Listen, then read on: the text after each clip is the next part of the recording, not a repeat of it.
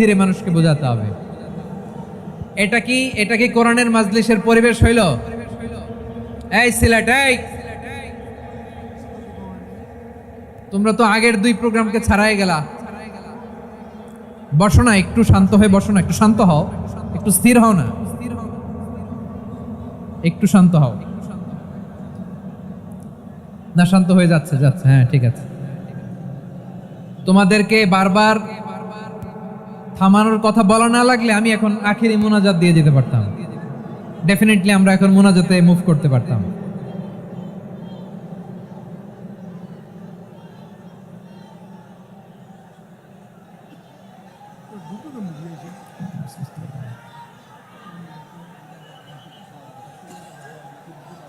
পুরো লক্ষ লক্ষ মানুষ, আমি তো দেখতে পাচ্ছি কত লক্ষ লোক হয়েছে। একটা জায়গায় কোনো সমস্যা নাই, এখানে কয়েকশো ছেলে পেলে এই ধাক্কা ধাক্কি।